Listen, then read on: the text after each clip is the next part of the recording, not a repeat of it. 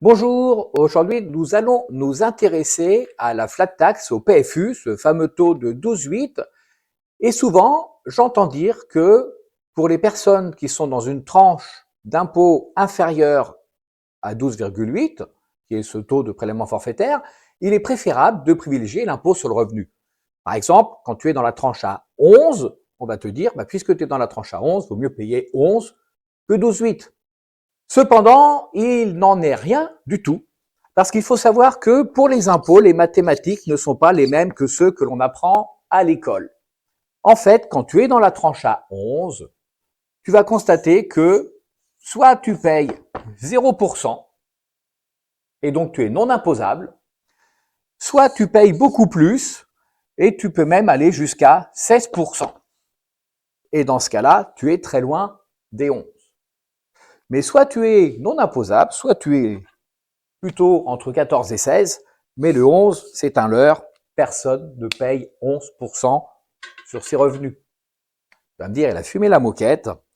En fait, la tranche à 0%, il faut savoir qu'elle est jusqu'à 11 497 euros.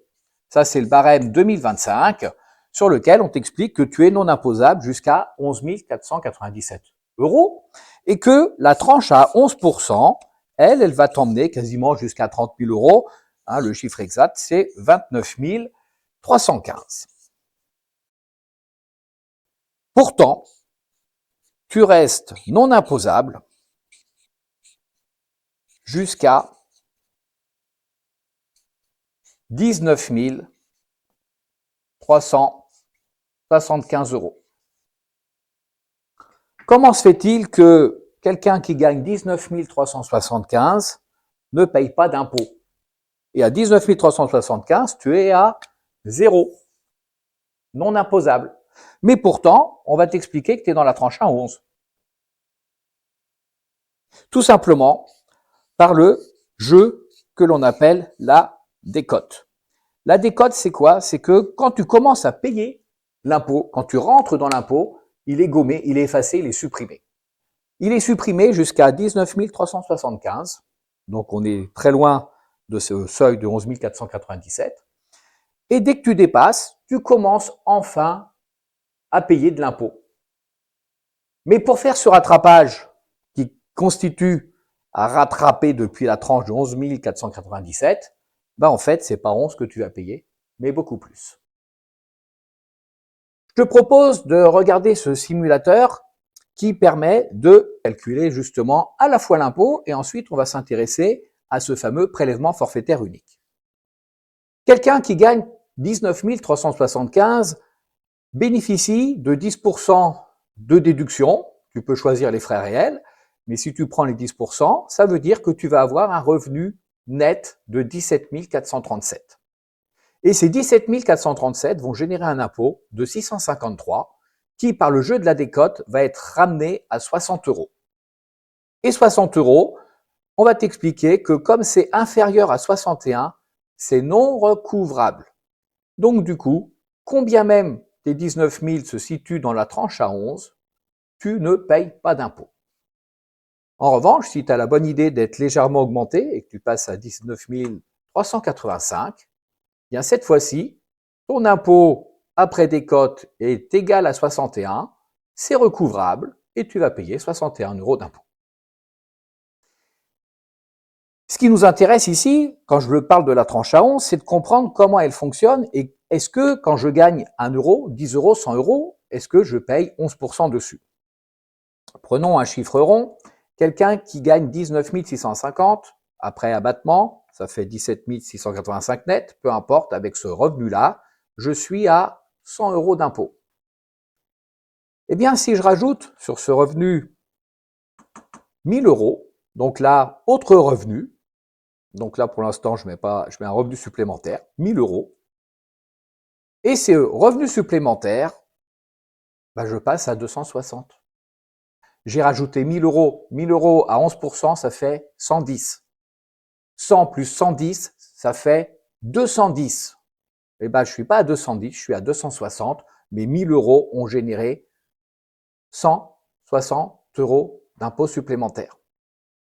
Et du coup, c'est pour ça que je te dis que si tu dois toucher 1 000 €, par exemple un plan d'épargne logement de plus de 12 ans, dont les intérêts sont désormais imposables, eh bien, on va te dire qu'est-ce que tu choisis. Est-ce que tu préfères que ce soit réintégré à tes revenus ou est-ce que tu prends le prélèvement à 12,8?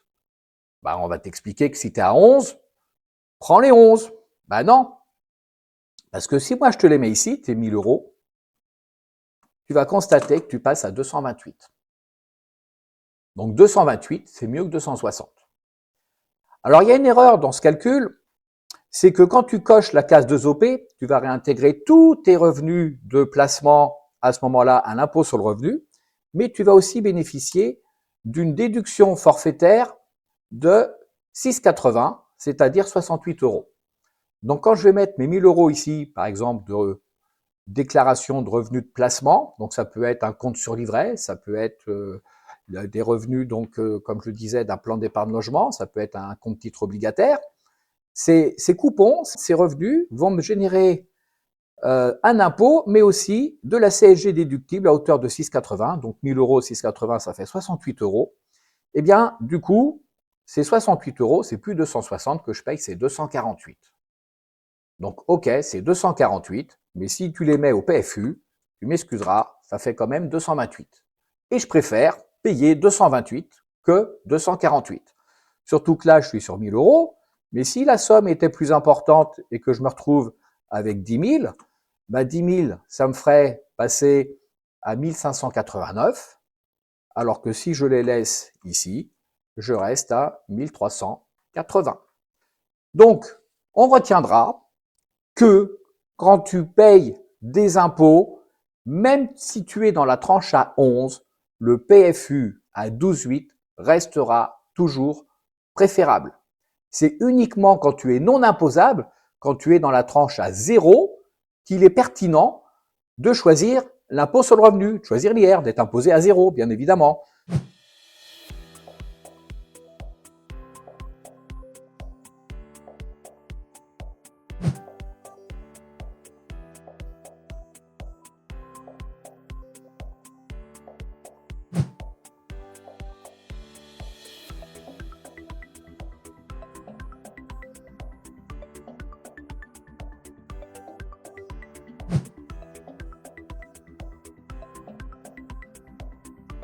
Bien, donc j'espère que tout cela vous aura permis de bien comprendre qu'effectivement, en matière d'impôts, soyez méfiants, faites vos simulations, prenez le temps de regarder les différentes cases que l'on peut cocher, et notamment ici, c'est de cocher quand il y a lieu cette fameuse case 2OP pour les revenus de placement.